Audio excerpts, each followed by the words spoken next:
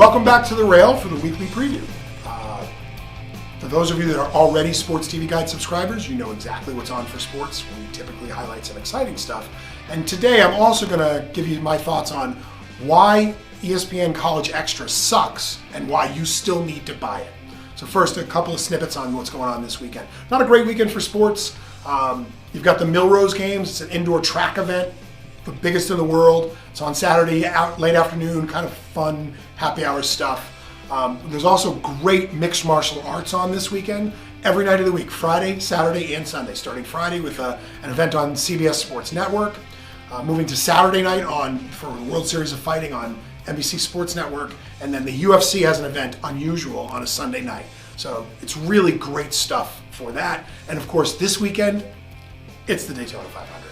So you've got 3 days of racing, Camping World on Friday, Xfinity racing on Saturday, and then the big sprint race on Sunday. It's going to be a great weekend of racing. It should be so much fun. So what I started with, which is the ESPN College Extra. As I was preparing the weekly preview last week, it dawned on me just how awful this programming really is.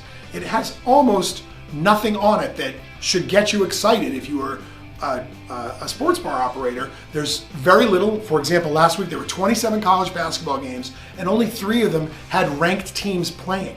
And actually one of those games was a women's game. So the content's not great. And then add into it during the football season, only 2 out of 140 games were with a ranked team in them.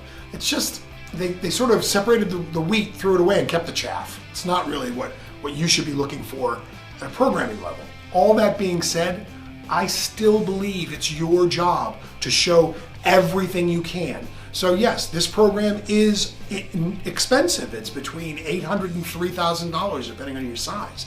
But you've got to be the place where people can trust they can come. Here's the upside. There are 600 events, live events on that channel, on those channels. You've got college football, college basketball, and college baseball now, which is a kind of a cool thing. They've upgraded to having baseball involved. Here's the thing, somebody's buying it, and I make this analogy all the time.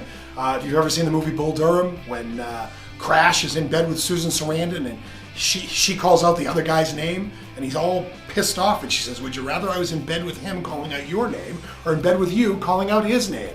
You want them in bed with you. Give the customer a reason to come to your place. It's important to have all the programming possible. Buffalo Wild Wings did a survey of their guests a few years ago, and they came up with one incredible fact. Customers are coming to you to watch sports. It's the number one reason.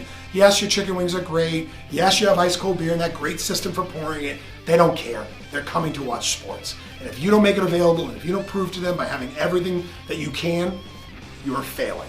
So if you want to call yourself a sports bar, you have to have things like ESPN College Extra. Anyway, thanks for listening, and we'll see you next week at The Rail.